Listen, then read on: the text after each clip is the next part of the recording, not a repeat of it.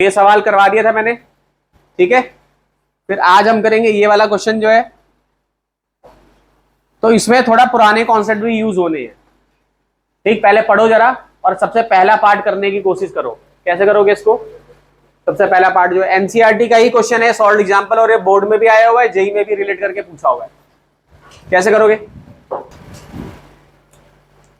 Data पहले लिख लेते हैं। Average disc speed of a conduction electron in copper wire cross section area, area दिया है,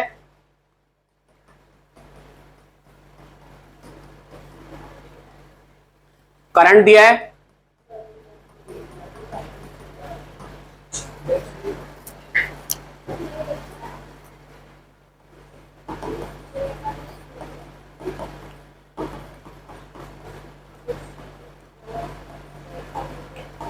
ठीक है बच्चा। और क्या दिया है?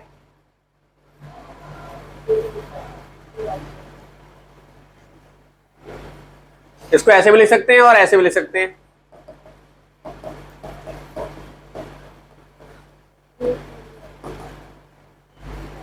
ये डेटा मैंने दिया है। और क्या दिया है? ये दिया हुआ है। निकालना क्या है इसमें? Disc speed. रेलेवेंट फॉर्मूला क्या हो सकता है? एरिया अपने पास है, एन निकालना पड़ेगा, ई की वैल्यू भी होती ही है कि नहीं बच्चा? ये निकालना है, करंट भी है अपने पास।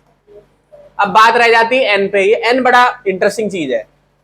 तो आपने एन कैसे निकाला है? एन आपका क्या है? जो आयंस है जो इलेक्ट्रॉन है। तो आपने फॉर्मूला पढ़ा होगा, मोल गिवन मास दिया हुआ है आपको, मोलर मास दिया हुआ है। कितना होता है इसका मोलर मास? क्या ये ले लूं मैं 63.5? ले सकता हूं। फिर नंबर ऑफ आयंस, ये क्या आपका? ये एन है, और नीचे क्या है? एवोगैड्रो नंबर है। तो छोटा एन भी निकल जाएगा ऐसे। कितना गिवन मास है ये लिख लूंगा मैं।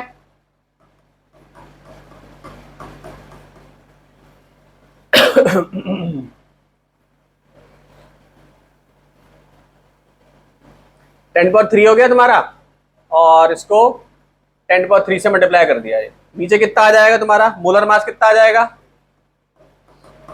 और ये कितना हो जाएगा तुम्हारा? 6.023। ये Na भी कितना दिया हुआ है?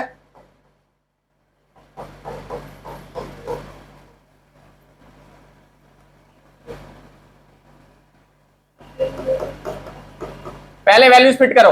ये एन आ जाएगा हमारा, इस एन को यहां सब्स्टिट्यूट कर देंगे। तो क्या वीडी नहीं निकाल लोगे? बता बच्चा, क्या वीडी नहीं निकल जाएगा? करिए अपनी कॉपी पे सब लोग फटाफट जल्दी से अपनी कैलकुलेशन चेक करो। 0.08 into 10 की पावर 20। यहां पे देखो कैलकुलेशन के साथ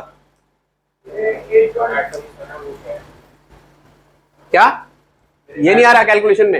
ये ऐसे आ रहा है 0.08 into 10 की पावर 21। तो गलत आ रहा है ना बेटा, ये आना चाहिए ना। देखो एक बार कैलकुलेशन चेक करके। क्वेश्चन का जो दूसरा पार्ट है वो बेटा आ जाएगा। आप मेन चीज समझ गए ना, आइडिया समझा दिया ना। अब देखो यहाँ पे क्या बोला है, कह रहा है अभी ड्रिफ्ट स्पीड की बात कर रहा है। किसके अंदर की बात कर रहा है? ड्रिफ्ट स्पीड, यानी ये कंडक्टर है, इसके अंदर इलेक्ट्रॉन्स ड्रिफ्ट कर रहे हैं। तो इसको अगर मैं जूम इन करूं, बहुत गहराई में जाऊं, तो इसी सेम चीज को मैं काइनेटिक थ्योरी ऑफ गैसेस से रिलेट कर सकता हूं। कि सपोज करो ये पार्टिकल क्या है? गैस का पार्टिकल है, ठीक। तो वहां जो फॉर्मूला होता था VRMS का, रूट मीन स्क्वायर का, वो क्या होता था? 3 kBT/m। बोल्ट्जमैन कांस्टेंट की वैल्यू दी रहती है, टेम्परेचर की वैल्यू तुम्हें दी हुई है। तो अब तुम्हें दूसरे पार्ट में क्या करना है कि ये जो इसकी जो वेलोसिटी है इसको कंपेयर करना है, जो ड्रिफ्ट वेलोसिटी तुमने निकाली है। तो फटाफट फॉर्मूला लगाओ और इसको भी कैलकुलेट करो जल्दी से। फिर अभी तुम्हारा सवाल लेता हूं बेटा, मैं दोबारा समझाता हूं। मैं कह रहा हूं ये सारा डेटा हमारे पास है, बस ये फॉर्मूला आपका 11th क्लास से कनेक्टेड है। रूट मीन स्क्वायर √3 kBT/m होता है। कर लीजिए इसको।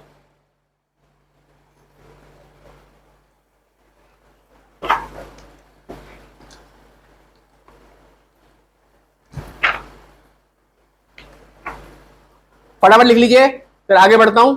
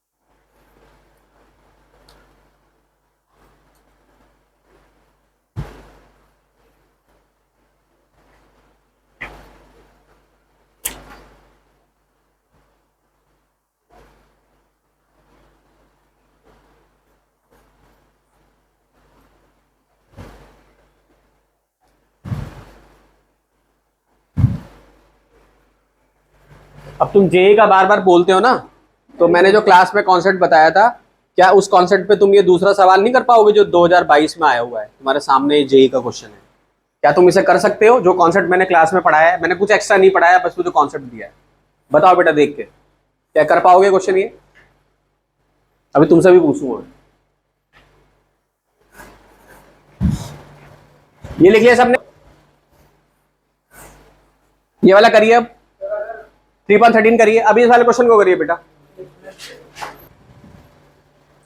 आई अपॉन बीडी ना करना है। देखो अपनी कैलकुलेशन चेक करो, इसीलिए मैंने जानबूझ कर रखा है ऐसे कि कैलकुलेशन चेक कर पाओगे। देखो अपनी कैलकुलेशन कहां गलती हो रही है, कौन सी वैल्यू गलत पुट हुई है। ई की वैल्यू दी रहती है, एन की वैल्यू दी हुई है, ए की वैल्यू दी हुई है, 3 से डिवाइड करके आ जाएगी तुम्हारी ये वैल्यू। फिर velocity equal to distance upon time होता है।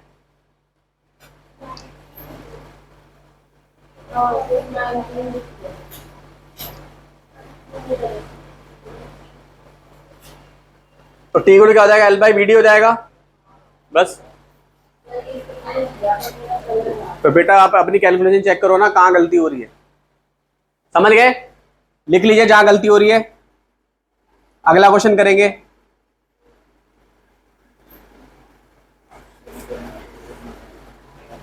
स्टेडी करंट फ्लो कर रहा है मेटालिक कंडक्टर में of non uniform cross section area, और ये सवाल को जेई मेंस में भी पूछा गया है।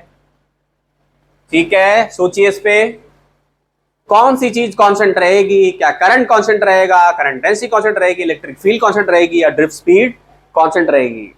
क्या रहेगा भाई? आंसर देखना नहीं है क्या? क्या कांस्टेंट नहीं होगी भाई? ठीक है, एक बच्चा कह रहा है जी इलेक्ट्रिक फील्ड कांस्टेंट रहेगी, तो कांस्टेंट क्या रहेगा? इलेक्ट्रिक फील्ड क्यों कांस्टेंट रहेगी? फॉर्मूला क्या होता है इलेक्ट्रिक फील्ड का? अच्छा मतलब इलेक्ट्रिक फील्ड तुम्हारी कांस्टेंट नहीं है, ठीक है। इसमें से कांस्टेंट क्या चीज है? नहीं है तो क्यों नहीं है, रीजन क्या है?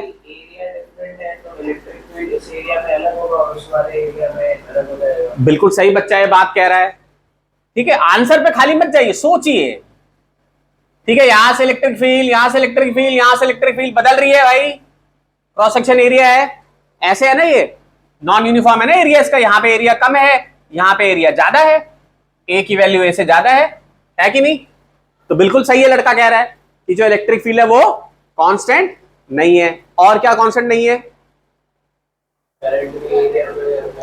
और सोचिए जरा, 2 मिनट जोर लगाइए जरा ध्यान से, ऐसे इमेजिनरी वे में सोचिए इसको कि क्या हो सकता है जो है, ठीक है। सोचिए भाई, यहां पे वर्ड शब्दों की ओर विशेष ध्यान दे। स्टेडी करंट इज फ्लोइंग, इसका मतलब कि यानी करंट तो कांस्टेंट है। स्टेडी करंट इज फ्लोइंग ना, तो यानी आंसर मिल गया, इसी सवाल में मिल गया हमें आंसर। करंट डेंसिटी क्या होता है? करंट डेंसिटी क्या होता है भाई? J equal to I by A होता है।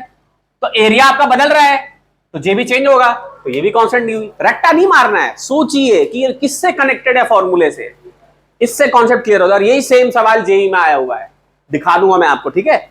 सेम सवाल ये, ठीक, लेकिन दूसरे रूप में, दूसरे रूप में। हाँ, स्टेडी का मतलब ही कांस्टेंट होता है। तो आपको क्या क्या इलेक्ट्रिक फील्ड का देख लिया, अब ड्रिफ्ट स्पीड का फॉर्मूला क्या होता है?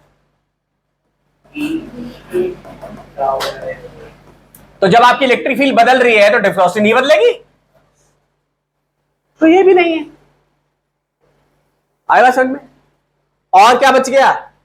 करंट डेंसिटी बता रही, सारा तो बता दिया मैंने। जो लिखिए इसको कॉपी पे अपने आप, इससे देख के मत लिखिए, अपने आप लिखिए दिमाग से, ठीक है। सेम सवाल है जो भी हमने किया। तो अगर मैंने इसको ऐसे चेंज कर दिया यहां पे, तो क्या यूनिफॉर्म है कि नॉन यूनिफॉर्म है? यानी कि यहां से यहां तक क्या चीज है? नॉन यूनिफॉर्म है। क्वेश्चन में नहीं लिखा हुआ है, लेकिन ये आपको देखकर समझ में आ जाना चाहिए, जिस अप्रोच से हमने सॉल्व किया था क्वेश्चन पुराना। जो क्या है, कंडक्टर है, across conductor PQ of length दी हुई है इसकी एल, क्रॉस सेक्शन एरिया इसके अलग है, ऑब्वियसली ये नॉन यूनिफॉर्म का केस है। फिर कह रहा है कि इसमें से करेक्ट ऑप्शन चूज करिए। पहला ऑप्शन, क्या इलेक्ट्रिक फील्ड घट रही है? दूसरा, सोच के देना बेटा, अभी पहले सोचो, सारे ऑप्शन सोचो कि कौन से सही बन रहे हैं। फॉर्मूला क्या होता है इलेक्ट्रिक फील्ड का? और ये भी होता है, सही है। ये इलेक्ट्रिक फील्ड का फॉर्मूला ये भी होता है तुम्हारा, ठीक है। उसके बाद ड्रिफ्ट वेलोसिटी का क्या होता है, सब लिखो ना, पहले सोचो, पहले जल्दबाजी में आंसर मत दो। और ई का कनेक्शन किसके साथ है, और आर यहां पे आपको दिख रहा है चेंज हो रहा है, तो डायरेक्शन आपकी किस तरफ है, झुकते हुए तरफ है, यानी कि यहां पे रेडियस कम हो रहा है आपका, तो इलेक्ट्रिक फील्ड यहां बढ़ेगी। इसका मतलब ये ऑप्शन तो हो ही नहीं सकता। देख रहे हो क्या सिंपल चीजें मैंने जोड़ी है एक साथ, यही सीखना है सिलेक्शन के लिए। जोड़ो चीजों को, पैटर्न को जोड़ो। उसके बाद यहां देखो, इसमें ये लिख दूं, ये electron current decrease all of this, काट तो जी हो नहीं सकता, इलेक्ट्रॉन करंट डिक्रीज कर रहा है, ठीक है, इलेक्ट्रॉन का जो करंट है वो डिक्रीज कर रहा है तुम्हारा, ठीक है। अब इस पे इन दोनों में से हमें सही चूज करना है कि कौन सा है। ऑल ऑफ दिस तो है नहीं, सबसे बेस्ट। अब देखते हैं ना फॉर्मूले में करके क्या आता है, तो minus E tau by M आ गया। अब ई का कनेक्शन तुम्हारा आर से है, ऐसे लिख दूं,